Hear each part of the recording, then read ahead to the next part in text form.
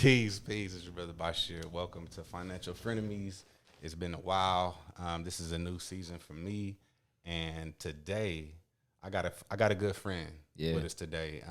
And I met this brother on a job, and we both are in pursuit of our dreams, and we both in the financial arena. My brother Dez Harvey. Yeah. What's happening? Man, what's what's up happening, with you, man? bro? What's going on, brother? What's going on, Thank you man? for coming out and doing this podcast. I know we've been, trying to line up the right dates. We both got busy schedules. Right. But I am elated to have you here. And Likewise, man. when I met you on the job, it was more to you than just, I'm just trying to work this job. Yeah. You was like, I want more. Yeah, 100%. I want more. You didn't want to settle. Like, I don't want to settle.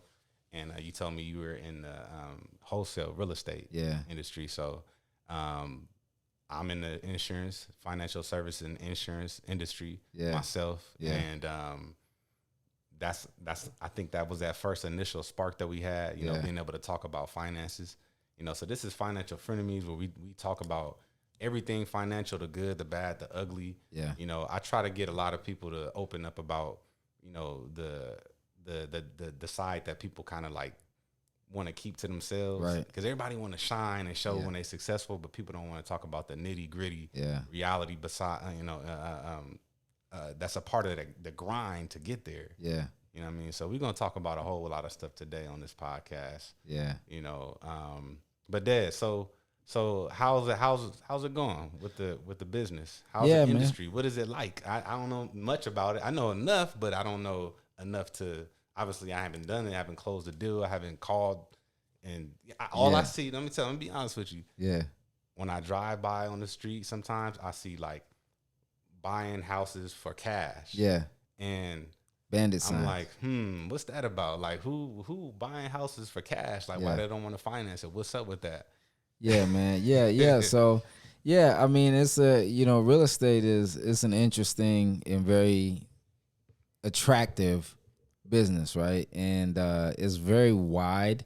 There's so many different exit strategies and so many different things that you can do in that space alone. Like, there's so many different ways you can buy property and things of that nature that the general public doesn't know about, right? A lot of us, we look at a realtor or a real estate agent and we think that's real estate, right? And a lot of us too, man, like, we didn't come up in spaces where we had parents or someone who was like real estate investors. Yeah. And so a lot of us think, oh man, that's a rich person thing. We think Donald Trump and, people like that when it comes to, owning real estate and things of that nature. But that's not true at all. So what got you into it though? Man, you know what? That's like the day that you was just like, I'm about to get in here and help people. Yeah. I from my own personal experience, I know there's usually two things that drive people to go off and do their own independent thing. And that's because it's lucrative for the money. Yeah. And also that passion to provide that service or help to solve a problem that's in society. Both of them for me. Okay, for sure. Both. I'm glad. Hey, you know what? Look, because we keeping it real. Yeah. Some people be like, I'm just only trying to help people, but I'm not. Nah. It was both for sure. We deserve it. Absolutely. Listen, man. So I think both of them are godly things, man. I think obtaining wealth is a godly thing.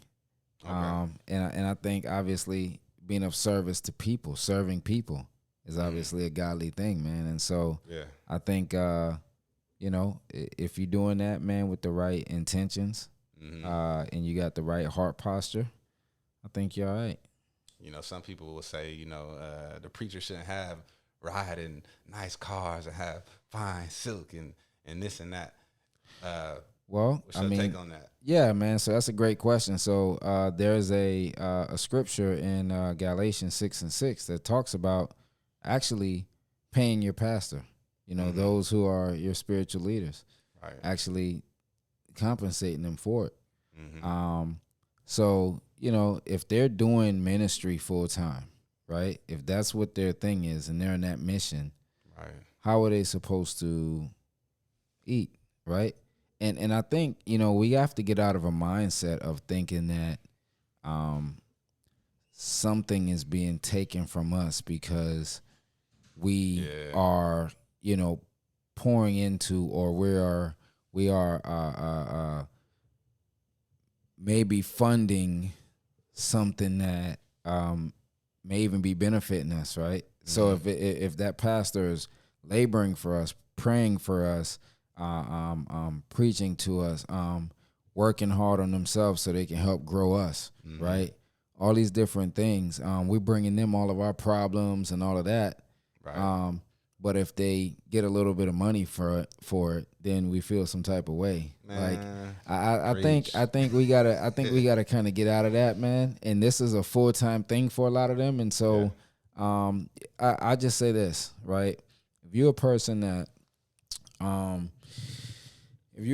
that look at somebody who might be a believer in Christ, or a person who might be have a mindset that, a person who might be a pastor or somebody like that is supposed to be broke, right? Or they're not supposed to dress well or carry themselves and exemplify wealth, mm-hmm. then I would just say this. I mean, what's your idea of heaven, right? Because heaven is a wealthy place. Heaven is a very, very rich place, right? And so if you don't like wealth, don't go to heaven. That's right. I just say that.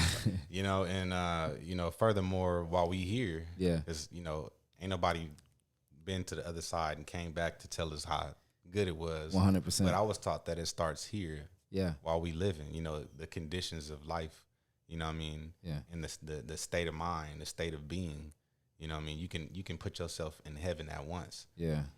And to add on to what you're saying, when it comes to money, how come in this society, the athletes and the rappers and just people who are famous, it's okay for them to have a lot of money. Yeah. We have no problem with it. Mm-hmm. You know what I mean? And they're not even doing, a lot of times they doing stuff that it's not really moral. Yeah. It's not, there's no integrity. Facts. But everybody's like, they become idols and all that stuff. So what's wrong with somebody who is striving to deliver a message to bring people up from a spiritually and mentally dead place? Yes. You know what I mean? Yes. On a godly level. Come on, brother. And he can't have a nice car. Come on, brother. He got to be poor. He got to be living. He got to have the bare necessities to come live on, day man. to day. Come on. They should be the ones that's out there. Absolutely. Doing the heavy lifting, the real work that need to be done. Yeah, 100%. And just to kind of add to that, if God is the father of like all, like if he's the creator, right, of all things, right, and all good come from above, mm-hmm. then you know what I mean, like then I don't understand how we disassociate wealth and God, right? Mm-hmm. So I think, man, when you talk about your father being a king, you ever seen a broke prince or a broke princess or a prince or princess that doesn't carry some royalty with them, right? So I think, man, if your father is a king, right, and they are on a throne, then typically their children exemplify that, right? That's right. So I think we have to kind of get out of that mindset, and also, man, like this is I didn't even expect to get into this conversation, but man, I'm so glad that we are here, man. But we do. So I think that too, man, like we have to get out of a mindset of me giving means that or me being of service means that I'm losing something. You know what I mean? Like explain. Yeah, so a lot of times, we look at we think about me giving money or me being a blessing in that way, in a financial way, is me losing money or me something being taken from me, right? Or we don't think about the fact that there's going to be a blessing that's going to come out of this in some way, shape, or form, right? We don't think about that top of mind a lot of times. We just think about the fact that money is coming from me, going to this person, and, you know, we just think about it surface level, right? But we don't think about the blessing that's going to come from us being a blessing to this person, right? The ability to be able to give more. Yeah, 100%, man. You give more, you get more. Yeah. And that's just how God created it to happen for a reason. That's right. For a reason, right? So and you believe that wholesale real estate has that 2-factor component where you providing a needed service. Yeah. And it's also rewarding. Yeah. Okay. And absolutely. For the side that is where you're actually providing a service, what do you feel like in your heart is the actual service that is beneficial to the people who you are? First of all, let me say here, let me stop right there and put a pin in it, because some people might not understand, and I didn't ask you exactly what wholesale real estate is. Can you explain to me just kind of simply like what it is?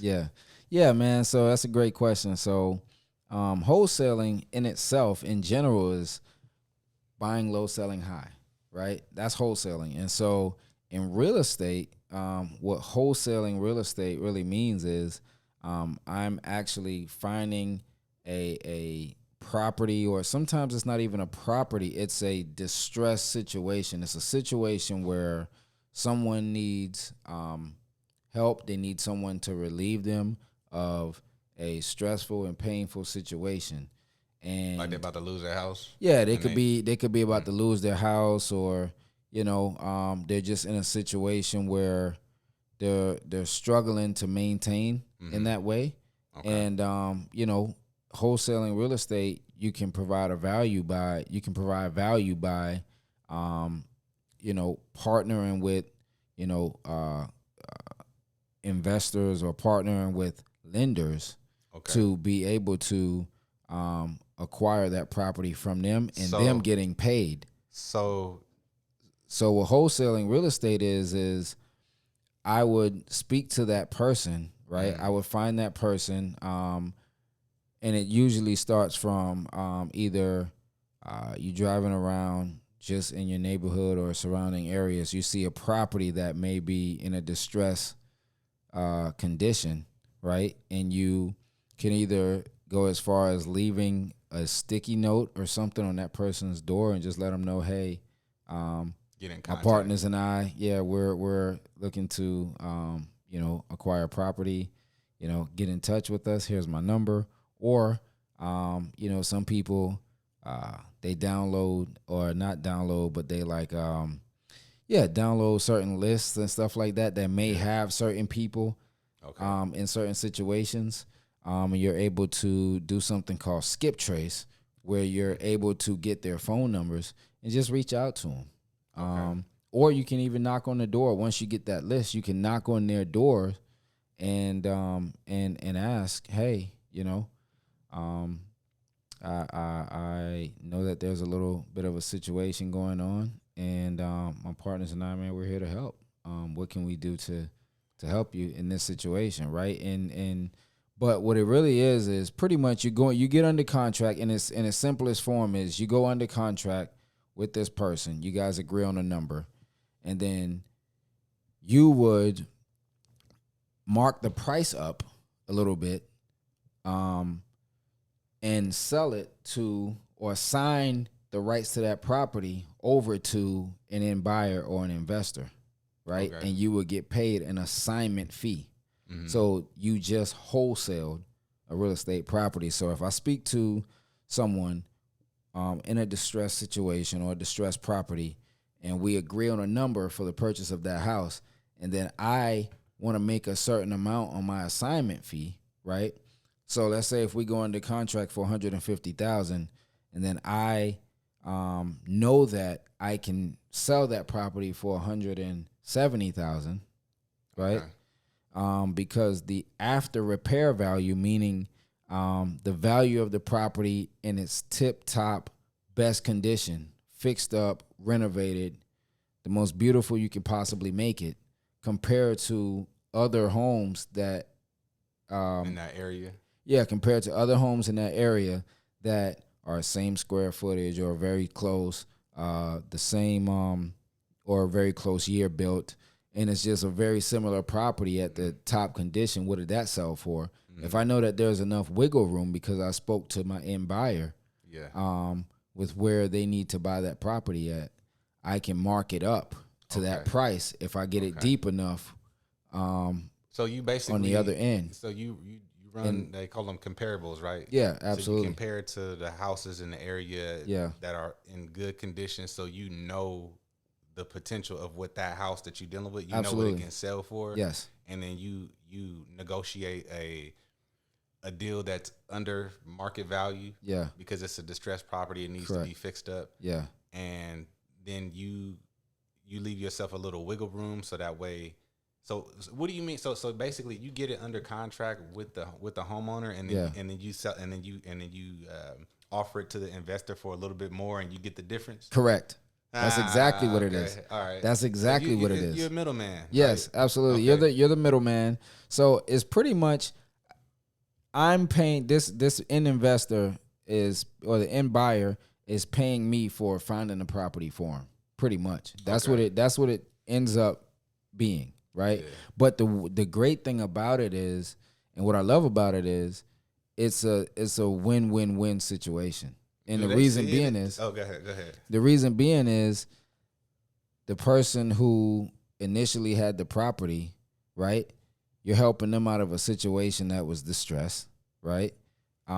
Because at the end, at closing, they're gonna get a check for whatever amount that you guys agreed on. Yeah. So now they're relieved of that, whatever that situation is. Mm-hmm. Sometimes it's somebody in pre-foreclosure, somebody who was behind on their taxes. They was about to get their property taken. Sometimes it's a divorce, and they're just trying to figure it out with the property, who's going to get this and that. And so sometimes them selling it, it's just, I sold the property. It's out of my hands. I don't care, kind of thing, right? Yeah. Or it can be, a probate situation where, unfortunately, the owner of a property passed away, and the family that it's been willed to can't afford to the upkeep of that property. Right. And so it's stressful to them to try and upkeep and manage that property. So you coming in and acquiring that property helps them because now they have money for it, and it's not a burden to them to try to maintain that property. Or it may be we call them tired landlords, where it's somebody who's been renting for a long time. Their tenant has not been a very good tenant, right? And they're just kind of done with having to repair something, getting phone calls when something's not working, or having to talk to their tenant about not paying, or and so they just kind of want to get out of that space. And so you're doing them a service by acquiring the property, right, paying them, and it's out of their hair, right? And so in so many ways, you're providing a service or value to people in that way. And then you get paid the assignment fee, and then that end buyer gets a property where they can make some revenue on, right? Okay. And so it's a threefold thing where everyone's happy. It's a win-win-win. 100%. Three people winning: the homeowner, the investor, and then the wholesaler. 100%. Now, let me ask you this, because of as we seen, we in 2022 now. Yeah. Middle of the year, working our way towards the end of the year. Yeah. And 2020 happened. Yeah. A lot of change. Yeah. A lot of momentum, a lot of moving. You got a lot of people migrating from California, from New York. What's the other place? These very expensive cities in America, and they're coming to Georgia. Mm-hmm. They're coming to Texas. They're going to Florida, right? Yeah. And they're selling their properties, and they coming with cash. Yeah. You know what I mean? Because their homes were a lot more in that market, and they coming out here like, it's smart. That one. It's smart. I mean, I got another brother that does real estate, and he was telling me that it's so hot. Yeah. I don't know exactly what it is now, but at one point it was so hot that in order to get a property, you got to like put cash or end up pretty much making a bigger offer than what the owner was asking for, because you got so much competition. Yeah. And they want that house and they come in with cash. Yeah. So with that said, with wholesale real estate, does that make it more difficult, for those people in those situations that might be like, well, look, I know it's a hot market, somebody gonna get this house. There's people migrating out here. Do you see so I think it was actually good. It actually helped. Help with wholesaling, and the reason being is because now I can offer the homeowner more money for their property, and my end buyer is buying at a higher number. Okay, you know what I mean? Yeah, that makes so sense. Because the interest rates were so low, right? Yeah. That means the value of the property went up, right? And so when the value of the property goes up, I can afford to offer more money, right? Okay. And so the homeowner doesn't feel like they're losing or taking this big, loss or anything like that, because you're able to offer more, and the end buyer is going to pay more, right? Mm-hmm. And so in that regard, it actually helped. It was almost like, you put a property up, man, and you can be, typically we would do 70%. So it would be, the after repair value, meaning, again, what is the property worth when it is totally fixed up and renovated? We call that after repair value. So you would do that times 70%, right? And then once you get that number, you would subtract what you estimate the repair cost to be from that, right? And then you would subtract the amount that the end buyer wants to make. So that could be 10%, 15%, right? You would subtract that, and then you would subtract what you expect to make on your assignment fee, right? Mm-hmm. And then that number is the highest amount you would offer the homeowner. Okay. And so, let me ask you this: who are the sharks out there? Who, we on financial frenemies, so I gotta talk enemies. You know what I mean? Yeah. Who are the sharks out there that's making what you trying to do difficult, or whether it be people or just situations that are just a part of the game? Yeah, man, that's a great question. That's a great question. I was trying to find one earlier when I asked you that question. Yeah, absolutely. So that's a great question, man. So there's two things, right? There's one on a micro level and one on a macro level, right? Okay. There's a small bigger, yeah, absolutely. So here's the thing, right? So you have major corporations like Open Door, OfferPad, some of these major corporations, Mark Spain, that are just buying properties that are in that type condition. And even some of them are a little bit more in better condition. They're buying properties all over the place. They're trying to put the actual real estate agent out of business. Yeah, man. So they are. Sometimes real estate agents partner with them though.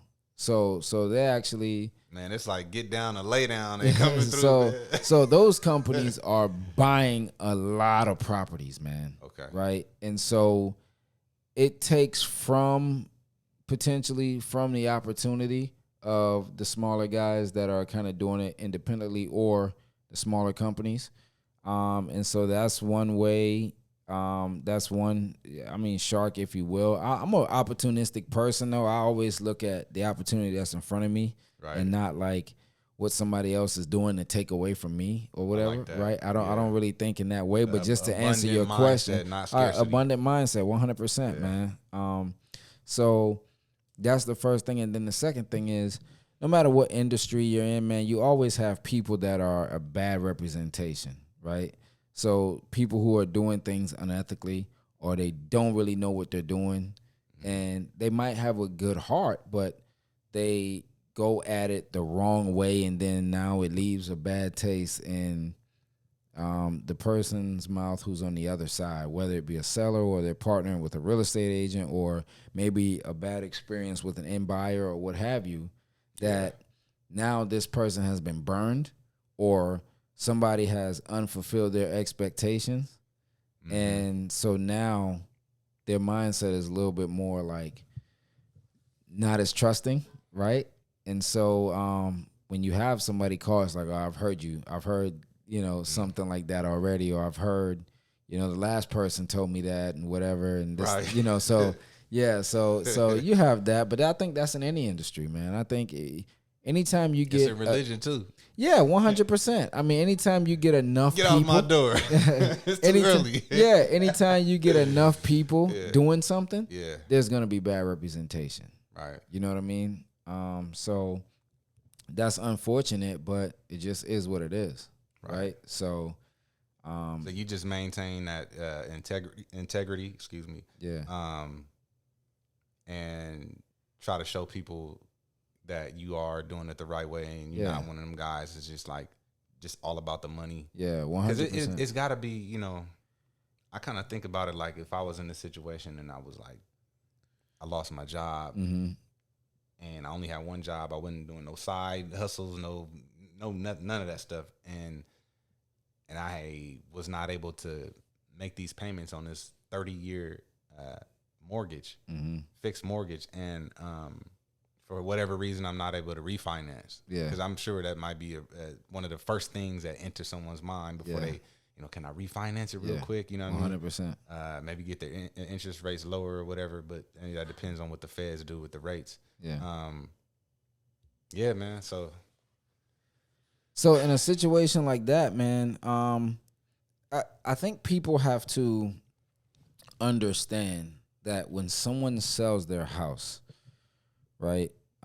If they're in a distressed situation, they're not gonna go and sleep on a concrete outside, right? You're giving them money, so they're going to be able to put down on another house, right? Or even if they're not buying right now and they just have enough, they're just putting down something to rent, they're gonna have a place to stay. It's not like it's not like you're buying their house and they're just going to sleep somewhere on a curb, and it's what I'm saying. And so I think people got to understand that, like, they're going to another house and you relieve them of that situation and put some cash in hand. That's one thing. And also, the money isn't the most important thing to people in those situations. A lot of times, man, it's the peace in mind. It's the peace in mind. And so, you'd be surprised, man. People are willing to trade equity for speed and convenience. I was also thinking credit. Like, what happens if someone gets a foreclosure on their record? How difficult does it make them to be able to rent an apartment at that point? Yeah, absolutely. How difficult does it make them to finance a car at that point? Absolutely, man. And so, whole avalanche of things that that come as a subsequent. Absolutely. So if I can give you some cash to save you from having to go through that whole thing after that, right? Yeah. Wouldn't that make sense to you? Now, right? have you dealt with somebody who was, I'm gonna say, for lack of a better word, stubborn? Yeah, and, absolutely. And you still followed up with them, and you saw them go through foreclosure, and you was just like, wow, we could have done something. Have you experienced that yet, or heard of that happen? Yeah, I've definitely heard of that happening, and it's an unfortunate thing, and I think people just have a mindset that somebody's out to get them, or they have a mindset that maybe that person's overall objective is, maybe they think the people who have called them to try and buy their house, it's all about them, right? They have that mindset of like, man, this person don't really care about my situation. They just want money. How you get through that though? Is it just some people you help, some people you don't, or is it you meet that mindset and you find a way to, hey, look, man, this is not what it's about. Yeah. We trying to help you. We not just here it's an opportunity, but it's not just for the sake of us only profiting. We actually are facilitating a service or a response to your situation where all you can do is, make two choices. It's either move with this or, lose your house. I think the best way to do that, man, is to really ask them the right questions.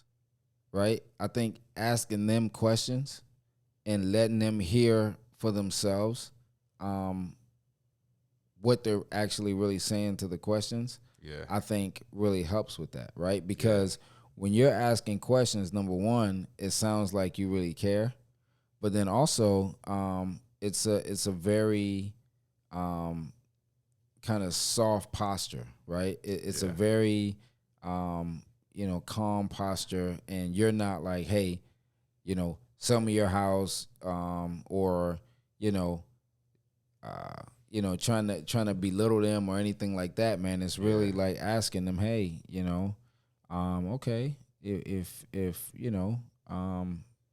maybe you haven't thought about selling, what's your plan? I mean, how are you going to really handle this situation, right? Yeah. And just kind of listen to them, you know what I mean? Right. And I think when people go through that, I mean, and if you can advise in some way, and they say, well, I'm gonna just do this, okay, and I understand that. Have you ever heard someone do that before, or just kind of talk to them and ask them questions, man? And I think it's a very safe demeanor. And then you have to follow up, because what happens is, that the average person buys 2 to 3 houses their whole life, right? 2 to 3 their whole life. They'll stay in a house. I thought it was 1. No, it's 2 to 3. Okay. I think maybe like every 15 years. Maybe no, it's not. It's a lot less than that. Probably about 8 years, they say. Okay. It's about 8 years, the average person. Yeah. So and it makes sense, because if you have children, your children would they're in a much different place 8 years down the road, right? Yeah. And so I think it's about like an 8-year time frame, and I think as you get older, sometimes you get a little bit more, little bit less settled. Yeah. So, a little bit more settled. So you probably gonna buy less houses as you get older, right? Yeah.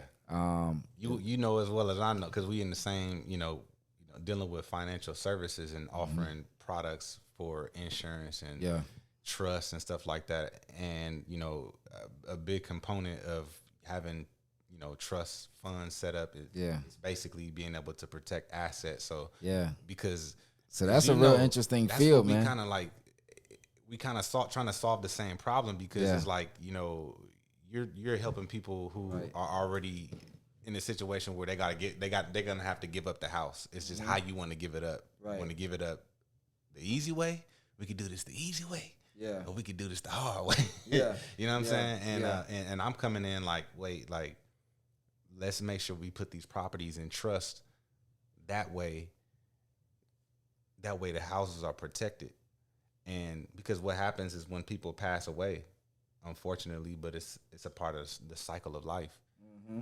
The children, they now have this property, and it may be still under a 30-year amortization table. They still got to, figure out who's going to make the payments to keep the property. You talked about probate.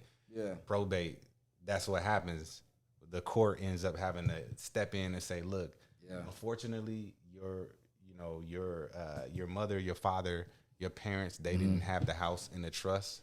So because they didn't plan for how this property was going to be passed on to its beneficiaries, we are going to have to step in, and before we even give you guys the opportunity to do something with it, we also got to make sure, is there anyone else that Joe Bob owed? Yeah. You know what I'm saying? Yeah. You know what I mean? Yeah. Because they got to get their cut from the estate 100%. Before we can divvy it up to the beneficiary. Yeah, man. So that's all. I just want to say that. Yeah, man. So got that same. And I'm glad you said that, man. And so and the property and the families. And I think that's a great segue, man, into me kind of asking you, because that field that you're in, man, I got so much respect for it, man, and so much reverence for it, because I know, and we talk about this all the time, that insurance and financial services go hand in hand with real estate. Absolutely. Right? Absolutely. Because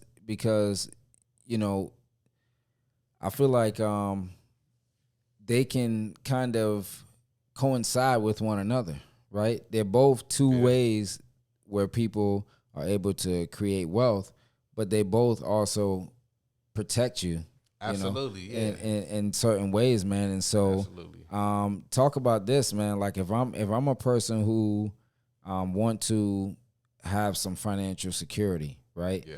And I come to you with all of the products and services that you offer, you know, what's the first thing I would probably start with? If I don't know anything about financial security or maybe financial services or the things that you might offer, like what's the first thing you say I would start with, just on a very sort of micro level? You know, there's term insurance that's like, it's term. There's term and permanent insurance. Term is just, 5, 10, 15, 25 years coverage, like a car insurance. And then after that term passes, that's it. It's not an investment. You don't get any money back. It was just to protect. I look at it like to protect your children, or your beneficiaries. Some people don't have children, but they got cousins or their nieces and nephews, or they got somebody that they want to make sure that, especially somebody that they got to take care of or that depends on them. They want to make sure that there's enough to replace their income in case something happens to them. You know what I mean? That's on one level. Another level is people trying to buy a ton of term insurance. And they kind of like, because no one knows when they day gonna come. You know what I mean? A lot of people, well, I'm gonna get, 30 years. I think I'll be, I'll live, or I think I might die. You know what I mean? I think I only got 30 years left in my life. Yeah. But nonetheless, some people try to get a ton of life insurance, and term insurance, you can get the most coverage for the least amount of monthly premiums. Okay. But I tell I tell them, insurance is the mitigation of risk. Yeah. Financial risk. Okay. You know what I'm saying? Talk about that. It's the mitigation of financial risk. It's the foundation of any financial portfolio. The essence of insurance is to literally protect in the event that there is a loss. Yeah. You know what I mean? And, like real estate, the home, mortgage protection. Yeah. And more, it's really, I'm going to say that a lot of people don't know that mortgage insurance really is just insurance that's designed, because it's still based off of your life. Yeah. And this is what I was going to say before you said that. Yeah. Was that like real estate, the equity that when the value of the property goes up, there's equity, right? Yeah. Right? Yeah. Same thing with your life. There's cash value in life insurance, and as you get older, as you pay into these premiums, you get older, it's more likely that you'll die. But because you've been paying so much for so long, and you're as you pay your premiums every month, the life insurance companies are taking your money and they are investing it in a conservative way, not risky, not putting it at risk. And it's earning interest and or dividends, depending on what type of product it is.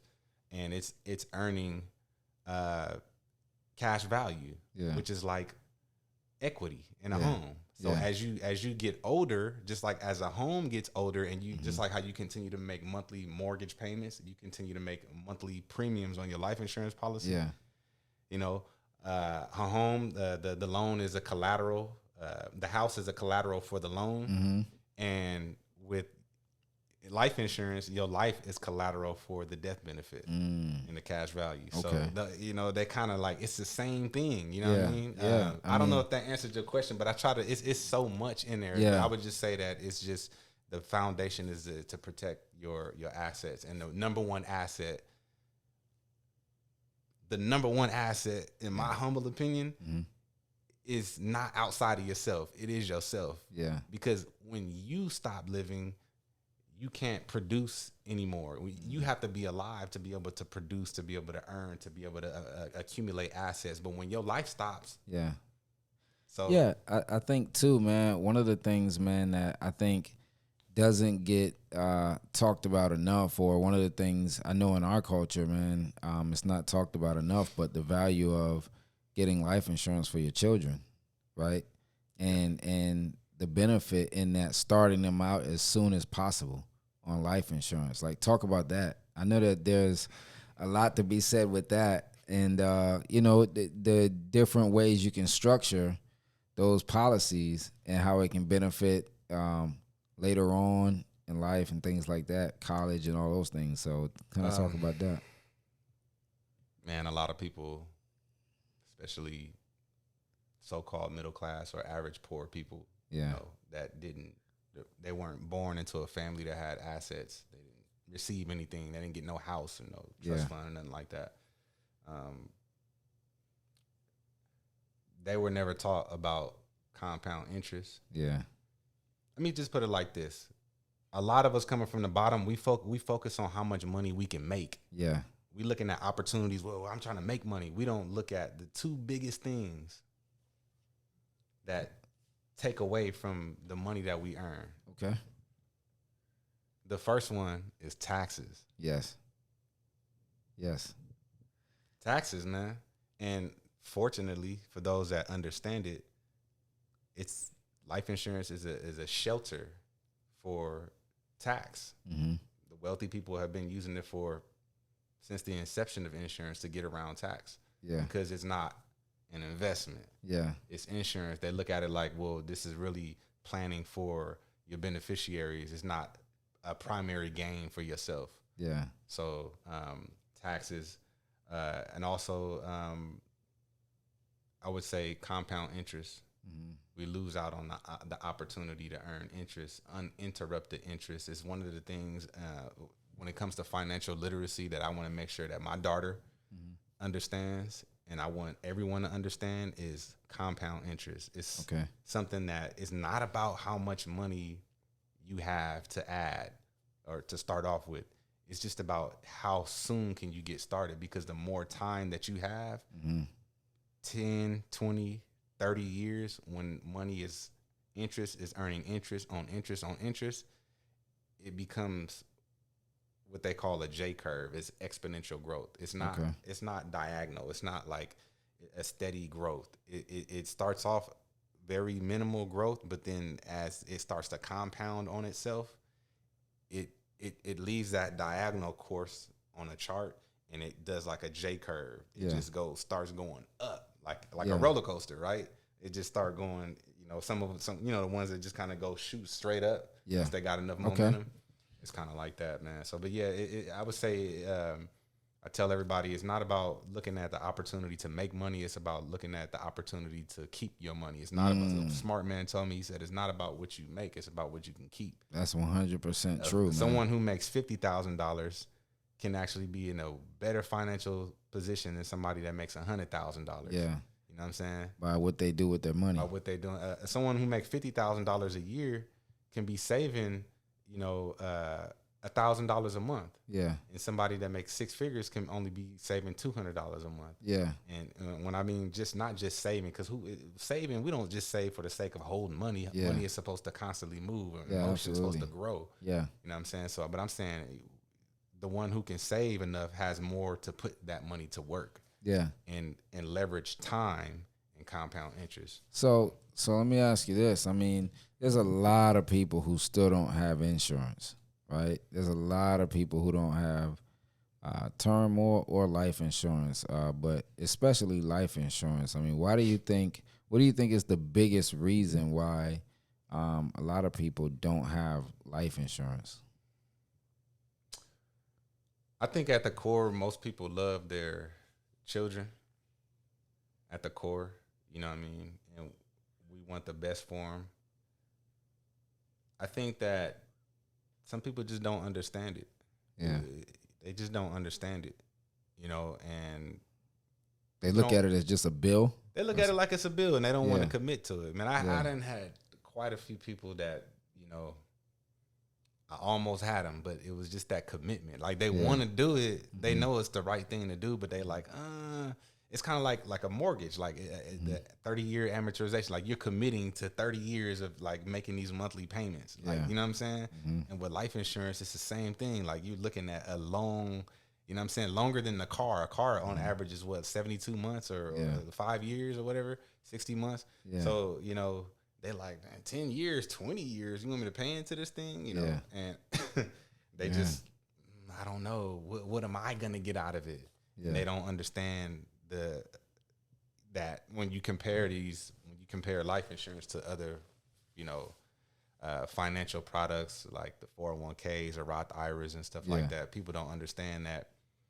Yeah, those are, it's what they call tax deferred, meaning that, while it earns, capital gains or earns interest, in those accounts, they're not taxed, but upon distribution, meaning that when you 60, 70 years old, when it comes time for you to take that money out, the IRS do tax it. I'm like, oh, remember 30%, you know what I mean? So you thinking you getting $1 million, but you only getting, 700,000 or 600,000, as opposed to life insurance, the cash value that's available, there's no tax on it. Yeah.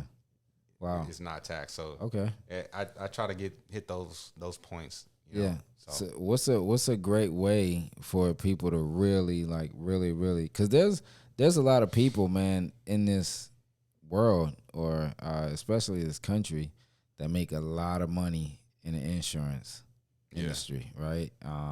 Even if they don't sell it, they just know how to use it in a way for it to create some real serious wealth for them. So like, what's a good wealth play, that you can pretty much give to people? I'm gonna say this because I'm talking to somebody that's in the real estate space. Yeah, there's a lot of successful real estate investors. Who use maximum funded cash value life insurance policies. To invest in real estate, park their money 100% temporarily, and then move it into other assets and bring it back and forth.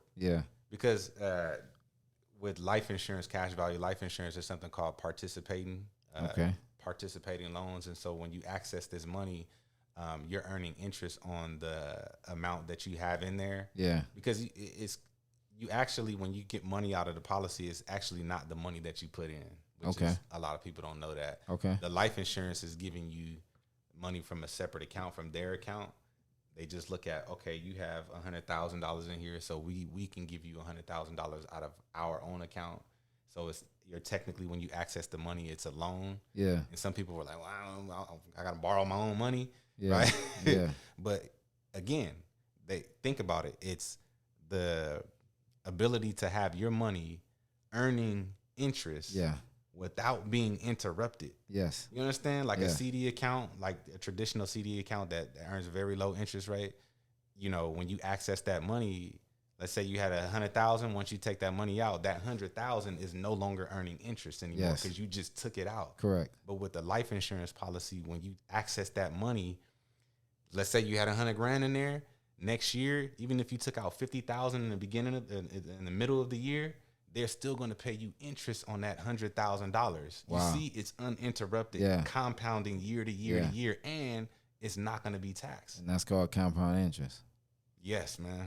So leveraging a tax advantage environment with compound interest over a long period of time. Come on. And then matching it with real estate. With that cash flow coming from real estate. 100%, man. It's a lot of people. And this is what I love, man. And we had, you know what's funny, y'all? Like, for those who are listening to this, man, like, we have these conversations. This is like a normal phone conversation for us. You know what I mean? Like, we have these kinds of conversations on the phone, like, all the time. And so, like, this is not just a podcast conversation, man. Like, we really, like, we letting you guys hear a phone conversation pretty much, because this is how we talk. Sometimes it's on a deeper level, like our spiritual beliefs and family and things of that nature too. But I mean, we're just two guys, man, that we get it. We see the big picture. And we want to help others, see that picture as well, and be able to, just improve their quality of life. And that's really what it comes down to. So, man. So we've talked about this, man. I feel like in so many ways, financial services and insurance coincide with real estate, man. And I think, the smart people, and I've heard this in my real estate circles many times. The smart people use them together. Yeah. Like the smart people use them together, and they know how to leverage both and to, like you said, minimize taxes, right? A lot of people, when you talk about taxes, right, like a lot of people look at people who aren't paying taxes like they're doing something grimy or something wrong or something like that. But what they don't understand, and I heard this from Robert Kiyosaki, the tax laws aren't for a certain group of people. The tax laws are the tax laws. It's the same set of tax laws for everyone, right? Right. It's just what you know about how to use it. Yes. Right?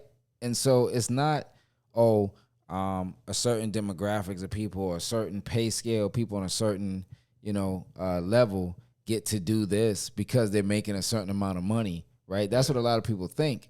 But the tax laws are the tax laws. It's the same laws for everyone. Yeah. So because this person pays more in taxes or this person pays less in taxes, it's about knowing the tax laws, right? And how you can, make it work to your advantage, right? Yeah. And so, and there's ways that you can do that in insurance, and there's ways that you can do that in real estate. And so, like you said, it's a law that I look at it like this is a game. Yeah. This is, man. Remember playing Monopoly? Yeah, 100%. Man, that game was so boring. I do it in real life. No, but for me, earlier on, it was just boring. It was long. I mean, yes, it was fun. Oh man, never ending game. It went so long. I'm just like, I stopped playing it for a long time. But then, my daughter, when she was born, she started to, be able to talk and stuff like that. We sat down and we played the game with her, and I was just thinking like, wow, what, this is real life. Yeah, absolutely. What is the point? What is the whole point of Monopoly? Is like acquiring assets. Yes, what I'm saying? As soon as you can. Yes. As soon as you can. Yes, absolutely. And leveraging those assets to be able to have cash flow. Yes. And if you have no assets, well, everywhere you go on a board, you landing on somebody else's asset, and you got to pay. Yes. You know what I'm saying? Absolutely. So it's like renting. If you don't own, then everywhere you go, you paying somebody else. So the idea, man, is to acquire as many assets as possible. Right. He who acquires the most assets wins. Yeah, right? and it's to me, it's no discrimination. Like, I'm pro insurance. Yeah, but I'm not like, don't do real estate, don't do. Man, they stocks, work together like that. They're like cousins or something, man. Yeah, like exactly. People don't understand that, and so, man, that's why I just think, man, this conversation is a great, it's just a great conversation, man, and like I mentioned earlier, mortgage protection. So when I was in that space for a little while, one of the main products, man, was mortgage protection. And I think it just makes so much sense when you talk about real estate because,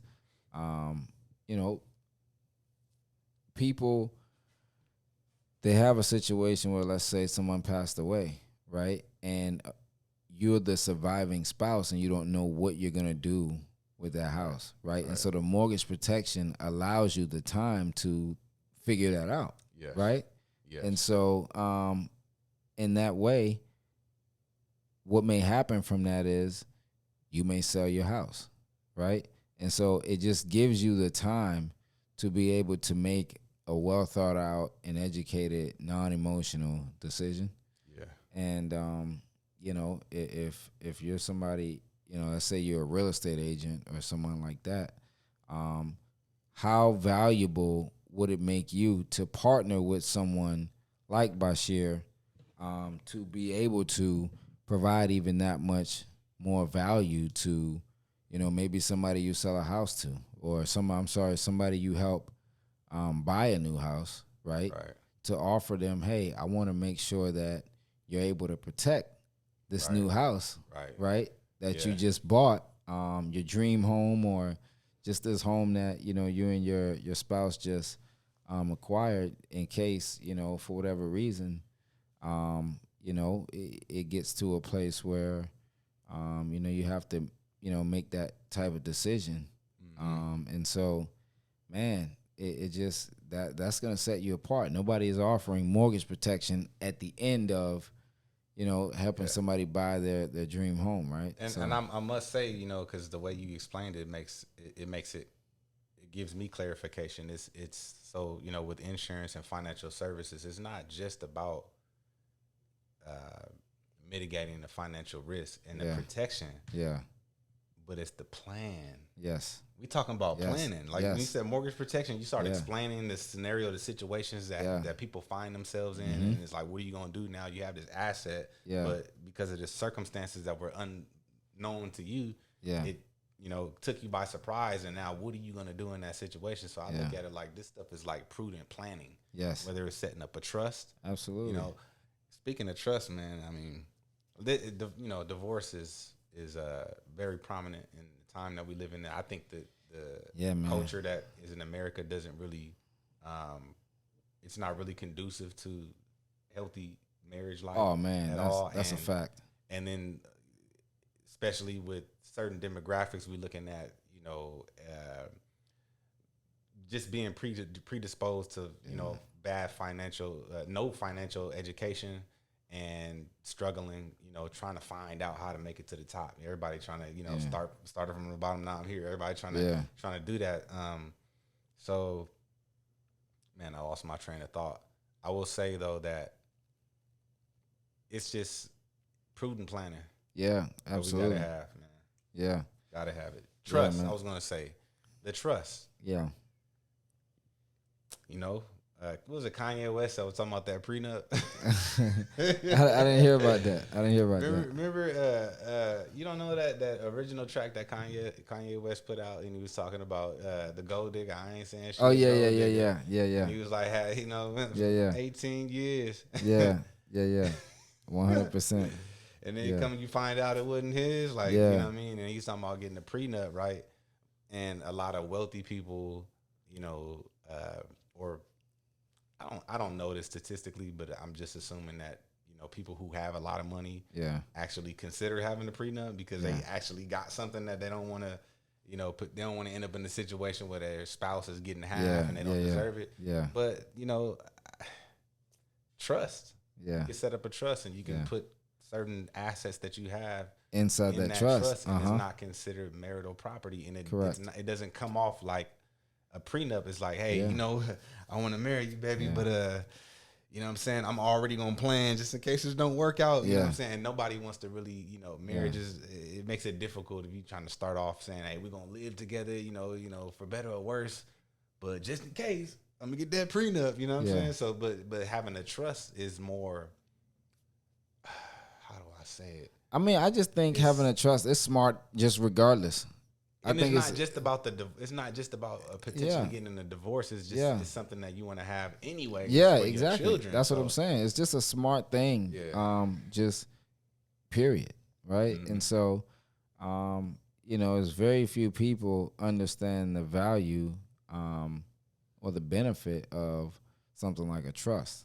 Right. And so, man, that field, man, that you're in, it's a very, very valuable and just very, very interesting space, man. It's just tools, man. All these different financial services, they're just tools on the belt. And I feel like, I know you have a little history with the financial services aspect of it too. Yeah. You know what I mean? 100%. I think that it's something that when you're dealing with certain people who are experiencing foreclosure or whatnot, to have those products, for them, even in the future after whether they end up going with the wholesale or they get foreclosed on, they're still gonna want to consider not making that same mistake. So they're gonna be interested in mortgage protection. They're gonna be interested in setting up trust and because nobody wants to go into probate, and 100%. Stuff like that. So man, wholesale real estate, insurance, financial services, real estate in general, man. This is what me and Dez, we both are in in the same field, and we're gonna work together, continue to network together. We done been to at least one good event, Yeah.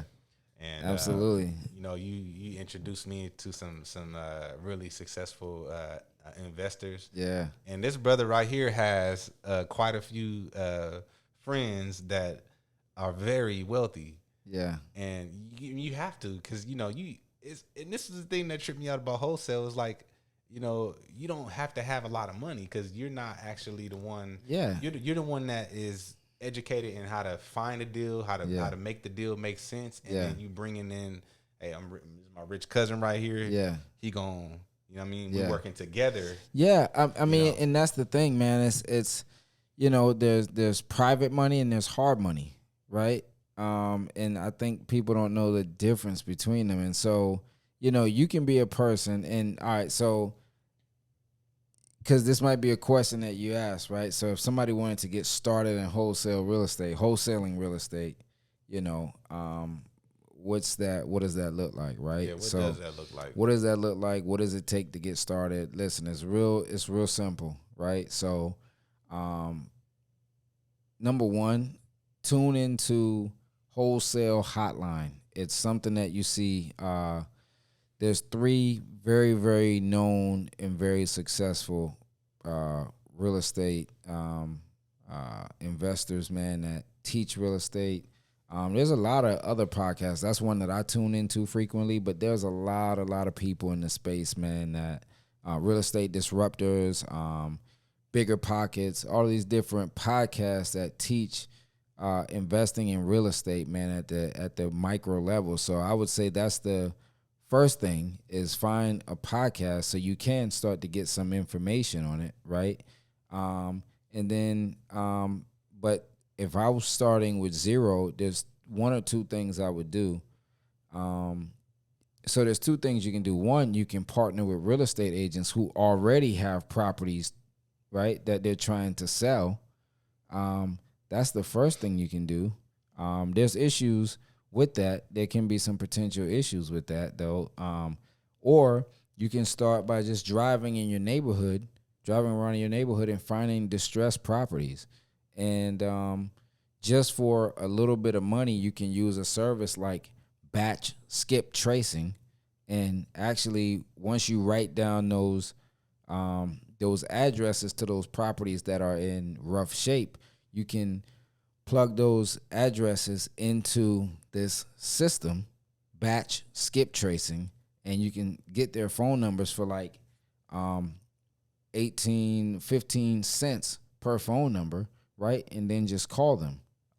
And if you're following someone's podcast, or someone, a trainer or someone in that space that is kind of giving some value on that, find one of their scripts just so it helps you gain some confidence in what to say, right? Find Facebook communities, wholesalers in your area. I don't want to start naming names of some of the communities because I might not be perfect on the what the name of those communities are, right? But there's a lot of communities. Just start with wholesaling real estate on Facebook or Instagram, and you'll start to see different communities and people pop up. And try to find a script, right? And then you call those homeowners and just talk to them about potentially selling their house. But also, before you even get to that point, you can find out who's buying, right? Just make a post on Facebook. Who's buying real estate in such and such area, right? Just getting started, really want to connect with some buyers, and see who's buying, right? And when people start to leave there, or start to say that, hey, I am, or what have you, tell them, hey, send me your email so I can add you to my buyers list. There's no buyer that's going to say, hey, I don't want to be on your list. There's no buyer that's going to say that because they want the opportunity, right? And it's smart to, one, vet your buyers, but also speak to them before just getting a property under contract. Because if you get a property under contract at a number that you think makes sense, but you haven't spoke to anyone to find out, one, if they would even buy in that area, and then two, what are their buying metrics. Then now you just got a property in the contract. That seller is expecting you to perform, and then because you can't move it before closing, you have to go back to them and renegotiate the price or cancel the contract, right? And so in a nutshell, I would say start with finding a podcast, listen to them, try to squad up with people in your area, right? And you can find people in your area. Don't say you don't know anybody or what have you. You can find people. Go on Facebook. Hey, who's doing this? Look it up. There's people in your area. I think Bigger Pockets even points to those. And then also go to meetups too, because there's always meetups in your area or in your market where there's people that's doing it at a high level, and start to meet these people, and it just goes from there, right? And so that's a great way to get started in wholesaling with very little money, right? Very little money. And that's the beautiful thing, and it just grows from there. Money is not an excuse. Right. The lack of money is not an excuse. What? That's actually, man, that's been a trial for me. So how do people get started in financial services and insurance? Like, how do they get started? What's the barrier of entry? The barrier of entry, I would just say, as long as you have some source of income and you find someone who knows how to structure, I would say somebody that really cares about, they're asking the right questions. Yeah. They're asking you questions, and they are sifting, they're looking for all the answers that they need to be able to serve you correctly. Yeah. That's what you want to do. Because I'm gonna be honest, when I first got into insurance, the people that had, showed me, or connected me to these different insurance carriers, they were like, just learn about the products, find the people, explain these products to them, and that's it. It's that simple. But it's not that simple. Yeah. I mean, it's simple, but that's not the process. The process is discovery. Mm-hmm. You got to ask the right questions. Yeah. How can you really facilitate and help somebody if you don't know important questions? I get all in people business, man. Yeah. And this is why we are licensed in the first place. I have a fiduciary responsibility to make sure that what I write is actually in alignment with their circumstances financially and their also their goals. Yeah. You know what I mean? I want to know, not just how many children you have, but I want to know how much you make. Yeah. I need to know these things because we're planning for the future. I'm not just about to just, hey, look, this is what your premium should be. This is what your death benefit. I need to find out, do you have like what your insurable needs are, so that way we can replace that income. Right. And, I have to design the death benefit according to what your insurable needs are to cover all of the things that is important to you. So, you just need to have some income. At least starting out. Now, again, how much income? Not a lot. I mean, you can have a minimum wage job, and you can get. Look, man, a healthy 30-year-old can get $500,000 for a little over $20. Wow, man. For at least 30-year term. Wow. And most people, they just, when it comes to term, they just want something to cover, their children while they're young. Yeah. So that way, in case something happened to them while they're young and they're not working yet, they don't have no career started, they will have some supplemental income.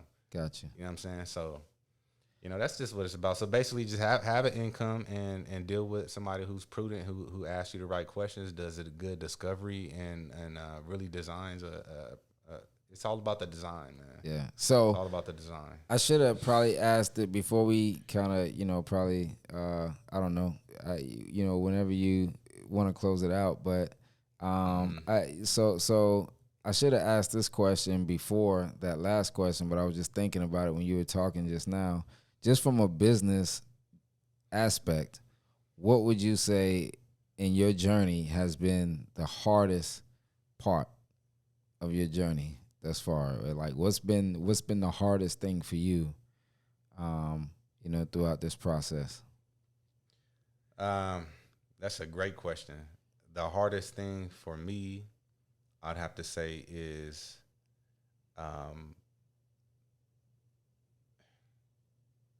that's a hard question to answer because it's a few things, but I would say the biggest thing is it's all about self.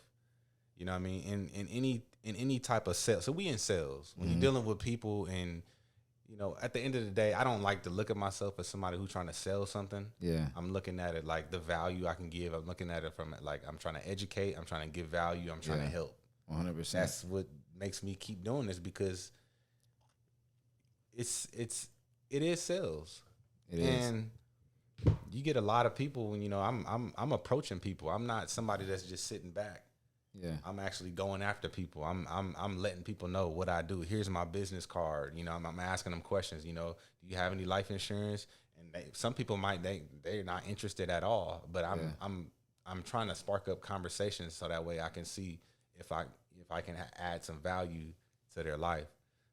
But I would say is learning how to ask the right questions. Yeah, that's what it's about. Because I've had in my journey several leads where I thought that repetition just, keep calling them and calling them and calling them and calling them and calling them. Like the follow up is important, but it's not as important as the questions that you ask them. Because what I learned in sales is that when you push and somebody don't want to be pushed, they're going to push back. Yeah. A lot of times there's a kind of older sales methods is like, if somebody don't want it, keep bugging them. But a lot of times people look at you like you a pest, man, get out of here. Yeah. I don't want it. I told you know what I mean? So it's like, really, I look at it like I learning how to ask the right questions. Yeah. And just keeping your pipeline full. Okay. Continuing to go, don't get caught up on one person. I would get caught up because I'm very passionate about this. I understand, like my father passed away and had life insurance, and me and my siblings benefited from it. I have an actual experience, and I know what it's like to be a life insurance recipient. So, and I know how important it is because it was important to me. So I'm coming with that same fiery temperament, that passion. Like, come on, you got to get this. And people don't have the same, resonation with that. So I have to. Let me calm down. Yeah. Let me just ask you questions like you were saying earlier. That's why I was laughing because I'm like, it reminds me of the conversations I'm asking. Like I'm asking, like, so do you have a plan, for your family? Like if you don't have insurance, what do you plan to do in the event that something were to happen to you? You have any assets? Okay, well, are those assets, protected? Did you know it can go into probate? Yeah. You know what I mean? So I'm like, I'm not looking to offer them one particular product. We got everything from annuities to living trust to mortgage protection to term insurance to cash value insurance. We're setting up infinite banks. A lot of people don't know that you can, not only can you use real estate and funnel that cash flow into a life insurance policy, but you can actually become the hard money lender. Yeah. Because now you're taking money that's earning interest, and you take that money from that policy, and then now you can lend that money to people who want to fix up properties, and they need $50,000 cash. Man, like we going into a whole nother. Then we go slap a lien on a property, so now it's protected. Just like how banks, before they give somebody, like you actually. Man, there's so there's so much you can like. There's so much we can go into. So but when you were talking about like. When you were talking about, taking your money from insurance and, using that in real estate or, I think you said you can take that money from, that you make in insurance or from your policy. From the policy, and you can become the lender. And you can become the lender. So here's the thing with that too, like that people don't understand, right? One of the things that we do, man, is we put our money in banks. Do you know that? And I learned this from just a lot of people in that space, right? But I learned this from an OG. Shout out to my dog, man, Otis Richardson, man. He's an OG that I love and respect, man, in the real estate space. And He taught me something. Cause he buys and sells like a ton of houses, man. Been investing for like 25 years. Okay. And one of the things that he said is after he sells a house to someone, he will ask them, would you like to be a private lender on my deals? And the reason why that is just such a brilliant question is you would make so much more in return on your money than just sitting it in a bank. Come on. Because there's no interest that's going to be, you know what I'm saying? You're not getting any return from that money, and inflation is more than the interest that you're going to get on that money every year. Right there. Right? And so when you become when you become a lender with that money on someone's deals, real estate deals, a person who's actively really doing deals, and you're becoming a lender on that, man, that is, you might make 10, 11, 14%, return on that money. And so it's just, man, you see how it becomes just so crazy, right? We can go on and on about this. And so, like, it's an amazing thing. Just check the scenario, though. You got your money parked in your own bank, private bank, right? It's earning 6, 8, 9, 10, 13% every year. Yeah. Interest. You take the money out and you lend it to somebody where it's earning interest. Yes. You put it back in, it's still earning interest. You take it, it's just earning interest everywhere. Yeah. And you just take, you might take a little bit out, but the whole thing is, just about, it's like water, man. It never stops moving. It's just everywhere. It's just, I would say it like this. Let me say it like this. Your money has 2 jobs when you have a policy set up. It's earning interest in there, and then it's earning interest in the policy, and then you taking it out, and then you're putting it somewhere else. Some people ask me, well, if I take the money out, take the cash value out, what do I do with it? Yeah. Do I just go buy clothes and shoes and, whatever I want? I'm like, you could do that, but me, I would suggest to put it into a business or some type of investment. Absolutely. Where it's getting worked again, and then put it back in there and just continue to just grow it till you get to the point where you have so much, then I can go take my money out and go do some stupid stuff with it because I've already made, 2, 3-fold, 10-fold on that dollar. Yeah. So. But yeah, my God, we're gonna have to do a part 2 on this. Yeah, absolutely, man. Man, there's so much in both of these fields, man, and what we do that we can do a series, of these type episodes, man, and just talk about it because it's crazy, man. So absolutely. But yeah, man, it's been a pleasure, my guy, man. It's been awesome, man, and. We're going to do some deals together. I feel it. I 100%. Feel it in the near future, man. 100%, man. It's coming. It's coming 100%, man. And, who knows, man, what's going to grow from this, right? Who knows what's going to happen just from this conversation and just our continued friendship, man, and what we're doing, man. Like, it's a big world out there. God is a big God, man, and we're both passionate and hard workers, man. And so, it's gonna be amazing, man, to see what we build together and continue to just do, man. As time progresses. Yes. So y'all stay tuned, and thank you everybody for tuning in. Yeah, I'm gonna continue to lay some game down and have these conversations about financial, enemies and frenemies and. Yeah. Y'all know what it is, so continue to check in, and we're gonna continue to get that value. 100%. And then, we out. My whole life I've been searching, so many things coming to surface on the path of me finding my purpose. I made some mistakes and tried things that I wouldn't again. Still no regrets, felt it was all worth it. Inconsistent with jobs, feeling the frustration. Waiting on God, I started feeling impatient. Intrigued by the vision, the process I was hating. Knew it was part of his plan, I never blamed it on Satan. We We only live once and time was passing me by. Couldn't figure it out, had me wondering why. Started praying to God, asking him for a sign. If I got a reply, I didn't notice the sign. It was hard for me to stay focused on whatever I tried. Put my family through hell, had me wanting to cry. The only thing that I could do was continue to try. Giving up wasn't an option till the day that I died.